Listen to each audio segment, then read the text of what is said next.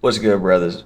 One of the things I wanted to do, man, and this is Barter from the New World. I wanted to talk about the coverage surrounding this 83-point game performance by one Bam Adebayo from the Miami Heat. And the reason why I wanted to cover this, the brothers and I didn't get enough time to really talk about this in our last NBA recording session. But within that, I did not watch this game in real time.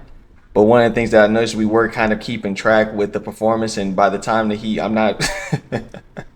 I'm not LeBron James. I did not predict that Bam was going to get to 80 plus, but the brothers acknowledged to me that he had 30 plus in the first quarter, and I was like, damn, it was very, very interesting to me because we all know that Bam is not known to be an offensive player, and specifically within this season, the brothers have I've not been watching the Miami Heat avidly, but we have been keeping track with Bam because he is the most prominent player on that team.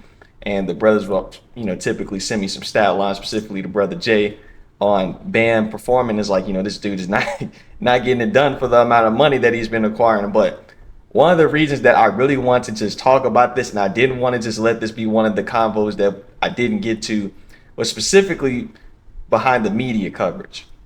The media coverage, and forget about the fandom, because typically what people say on the internet and fans say, people are sheep, so they're going to follow whatever they see on the television. So that's why we have to critique the reporting that's going on, because most of these guys are not providing analysis. They're not providing analysis and they're not reporting on the truth. They're just giving their opinion based off of their agenda that they're pushing. And that's what I wanted to really focus on this backdrop with Stephen A. Smith and Mad Dog Russo, because they're both going to show their bias, the generational bias. But what I will say about one Mad Dog Russo is that every single take that he provides showcases his age and his generational bias, which is understandable because that's his stick. His stick is to be the crazy, angry, Caucasian man that just talks about the 60s and the 50s and anything that's before 1980. That's understandable. The problem was, but that's his brand and he lives up to that, and he has no shame in that. But the problem with Stephen A. Smith, or Stephen from Django A. Smith, is the fact that his arrogance, man. His arrogance has just become something that's very, very irritable for me.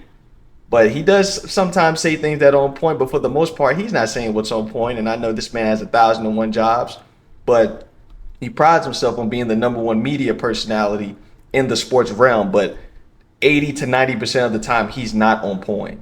And he definitely wasn't on point with this topic. But there's a specific reason for why that is. And that's kind of what I wanted to get to with this breakdown, which is I told my brothers when Bam scored 83 points is that this most definitely will be the hallmark on his career, being the person that at this moment has scored 83 points, even though I also have I guess you could say, a little bit of a theory or hypothesis on that. But also, it's going to be that scenario that due to all of the Kobe fans or the Kobe cult members, because I always tell my brothers this, is that you have to be very careful when you use the term fan, because fan is really just the prefix for fanatic. Fanatic, which essentially is just somebody that their emotion eclipses the level of just somebody that is watching the game on a day-to-day basis for entertainment.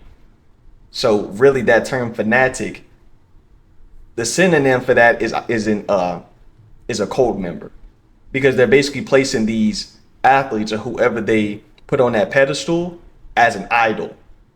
That's why you get the emotion. When you see somebody that's getting emotional about a player, whether it's LeBron James or Michael Jordan or any of these guys, it's because they place that person on a pedestal due to what they quote unquote can do with their profession. And it's very, very strange behavior that I do not get wrapped in that. I just enjoy the sport for what it was. But I knew that when Bam, took that, everybody in their right mind, if they were placed in that opportunity, would have done what Bam did. But because he did that, and because there's so many Kobe cult members, Bam is always going to be known as the person that unethically, quote unquote, because that's been an adjective that's been used, someone that unethically surpassed their god, Kobe Bryant. So that's why I wanted to talk about it. He's going to always be berated for the remaining of his career, which is why in the subsequent game following that, Bam did not have a good offensive performance, which we all probably could have predicted, and social media was flaming him. So we're going to let this video play, and I'll just chime in here and there to let you guys know what my thoughts are about the subject. Let's go to the NBA because Wizards and Heat was not at the top of anyone's radar yesterday, but it quickly moved there as Bam Adebayo's point total began to rise. He had 31 in the first quarter, 60 by late in the third, and his teammates began fouling to preserve time and ultimately help Bam eclipse Kobe's 81 points. That was the most egregious piece about it, was the fact that his teammates were fouling intentionally. I did not like that. I thought that was just a bad look, and that's going to give more credence to these fools that are going to make their argument about this shit being unethical, which any single game performance, and honestly, we can just go to all sports, but specifically towards basketball, any performance where guys are scoring 70 plus points, even like 65 plus points, in order for that to happen, there has to be an element of unethical behavior or unethical basketball that's coming into play. So it's very disingenuous for people to bring up that argument to say that this performance deserves an asterisk because of the fact that it was quote unquote unethical, which if we're going to take that mantra, then we got to go to all of the great performances that were, specifically the ones over 70 points and analyze and evaluate if those performances were ethical or not. Bam Adebayo finished with 83 points in the Heat's win over the Wizards. His previous career high was 41 points. Bam went on an astonishing 36 of 43 from the free throw line. Here he was. How does it feel to hear your name with Wilt, Bam, Kobe?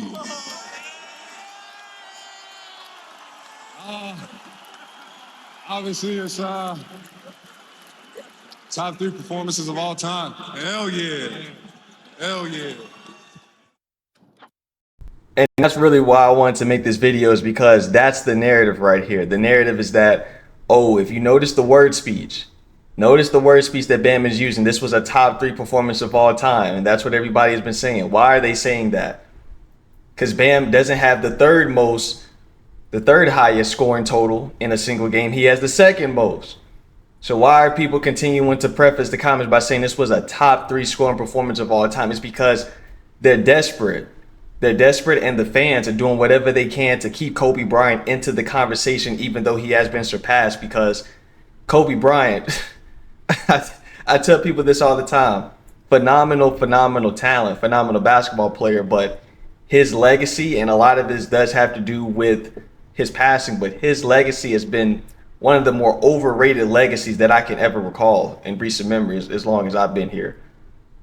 So that's why they continue to say it's a top 3 scoring performance of all time, because by all definition and all truth, which is the last thing that people want to bring into the fold with these conversations, no, it was a top 2 performance of all time. Not a top 3 performance of all time, but anyway. So with his performance, Adebayo now joins a list of basketball royalty. He's just the 3rd player in NBA history to drop 80 points in a game. He officially scored more than Kobe's 81 against Toronto in 2006, and only shy of Wilt Chamberlain's 100-point game back in 1962. Now, that right there is exactly what matters. Most points scored in a game, NBA history. Bam is second.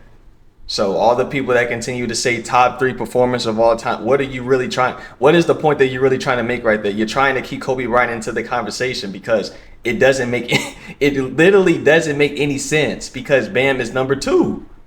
Regardless on if you thought he did it ethically or not, or what you're saying in an offhanded way is that you don't think that his performance was legitimate, or the NBA record keepers need to do something to make Kobe Bryant's performance still elevated over Ben. Just a bunch of foolishness, a bunch of nonsense.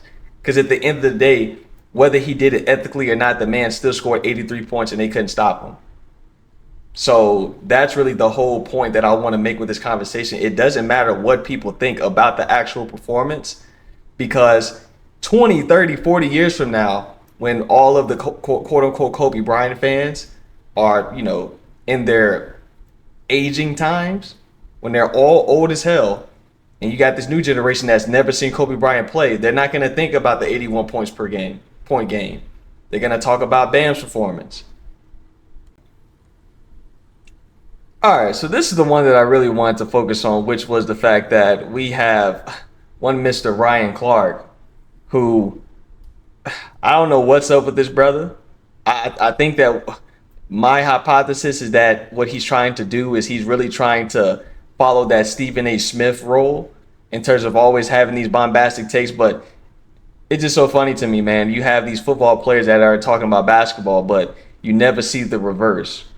And that's kind of due to the fact that football is a more complex game.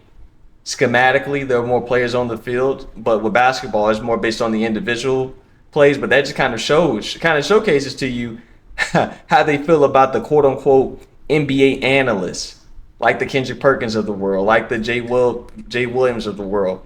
They don't feel comfortable in allowing these guys to talk about the football topics due to their incompetence. You know what I mean? Even though Jay Williams, he is a relatively intelligent brother, but Ryan Clark, he doesn't know what the hell he's talking about basketball. He just stick to football. And a lot of times with his craziness and his absurd takes, he just showcases himself as, in my opinion, like a better term, a jackass when he's giving a lot of his analysis on the sport of football because everything is racially driven. And that's why I think a lot of it is him trying to build up a brand and a reputation.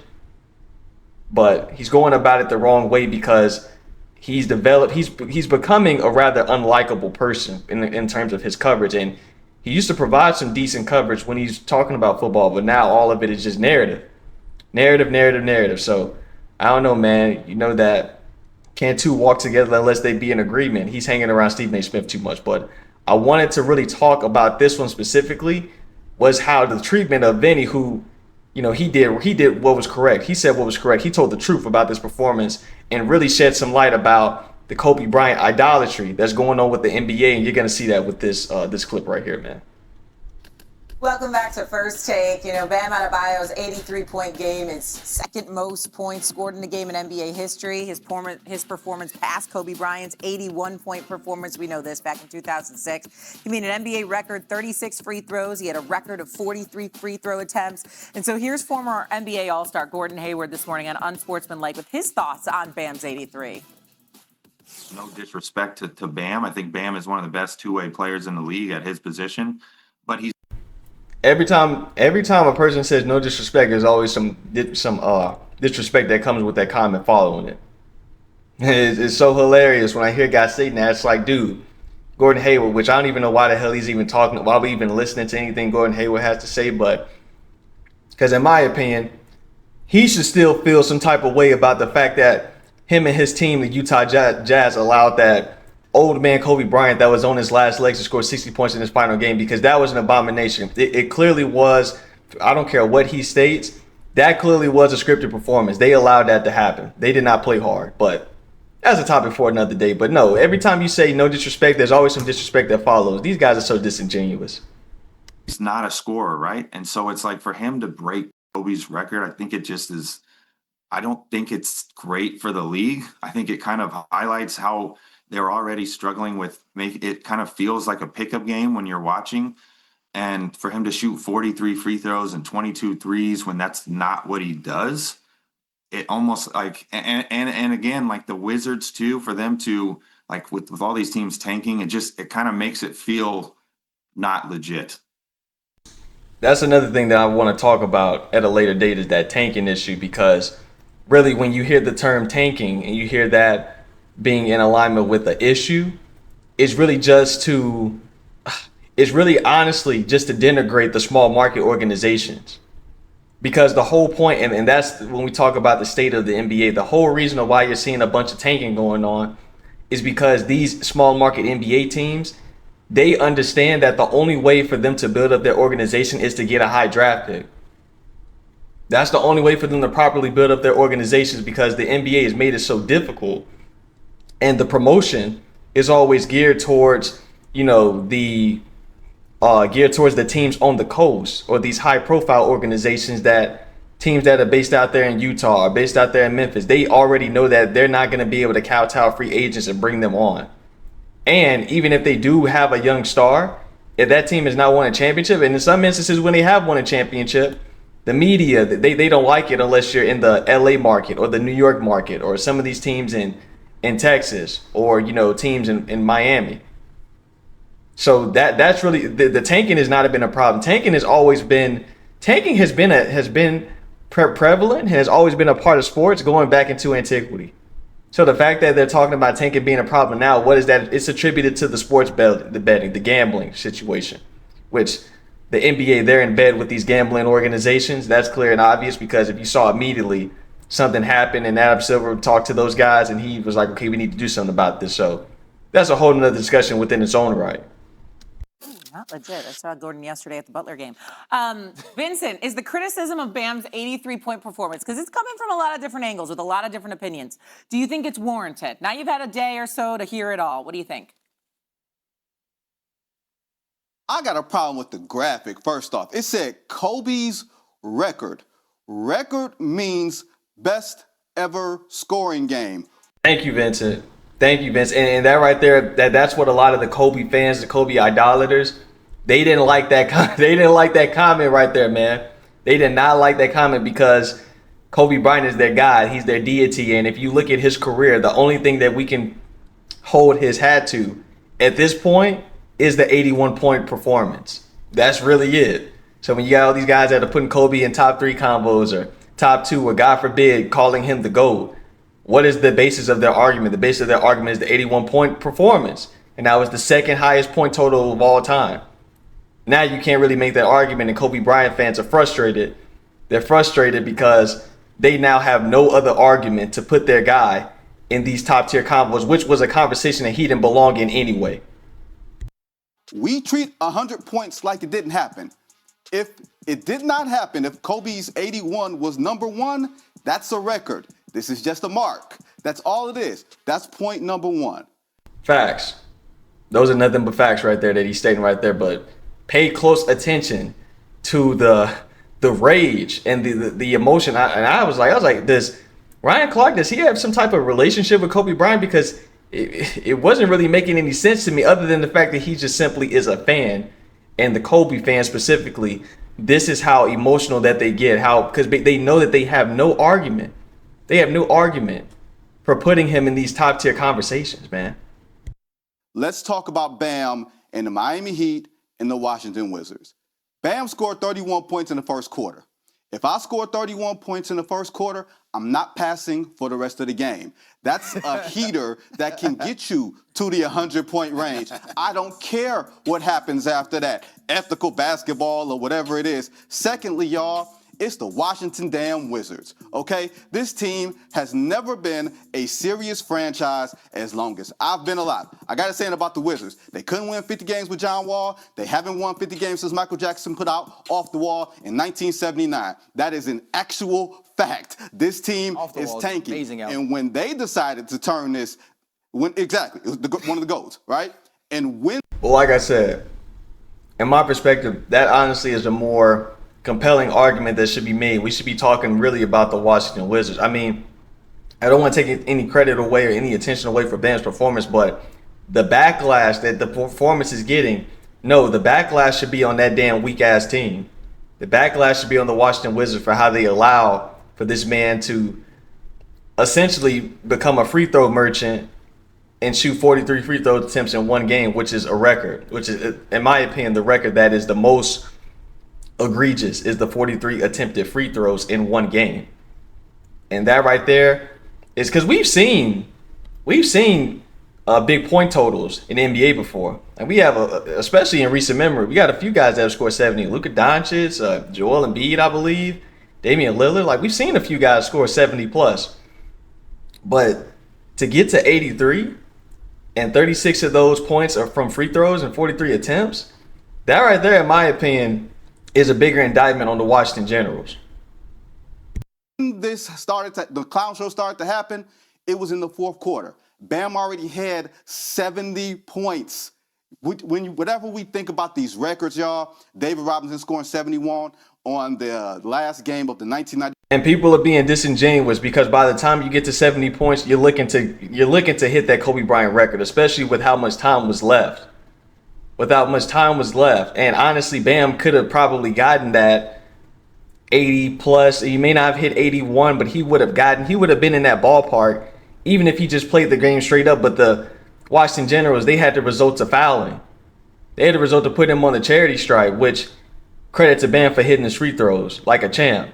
So that's what I'm saying. All of this unethical shit is just lunacy. It's lunacy because none of these performances are quote unquote ethical. And that just gets back into these semantics and the word salad that these guys like to throw out. They like to use these adjectives that they don't really know the definition of. season to win the scoring title against the Clippers. That turned into an exhibition at the end because everybody was sort of in on it. Wilt's 100 points, they were fouling him, and he happened to be hitting his foul shots that night. And the last point is this, y'all. I love Kobe Bryant. I love Kobe Bryant fans. But there is a... No, you don't. No, you don't, brother. You don't love Kobe Bryant or his fans because they're emotional, but you're saying that because you know that the Savages are finna come after you. I already understand, but didn't matter anyway. That's why just say what you got to say and keep it pushing because they were going to come at you regardless. Segment of people who go above and beyond. I'm going to call them Kobe stans. They think the man did no wrong. They think he was better than Michael Jordan. They think the man was a total basketball. Because they're delusional. Fans in general, in order to be a fan, you have to be delusional. And I've seen this stuff happen firsthand. But fans typically are going to mirror the player that they're a fan of or that they idolize or that they worship. Kobe Bryant, what was he known for? That brother was definitely delusional and arrogant. So his fans, what are they? They're delusional and arrogant. So you can't be surprised when you're seeing some of the backlash that you're getting because that's what Kobe Bryant fans, like these guys really think that this guy is second to Jordan or better than Jordan or better than LeBron James off of what? Because he had a better handle and he can make 3-point shots and he scored 81 points. That's what I'm saying. Most of the things that they talk about are nonsense. They're nonsense. So when they're stating that this guy is better, a large part of that argument was, well, Michael never scored 81. Brian never scored 81. But now they can't even make that argument anymore because Bam has now superseded Kobe Bryant's total. Angel as opposed to what he was, a competitive, ruthless basketball demon. Stephen A., you were at the 2003 All-Star Game in Atlanta.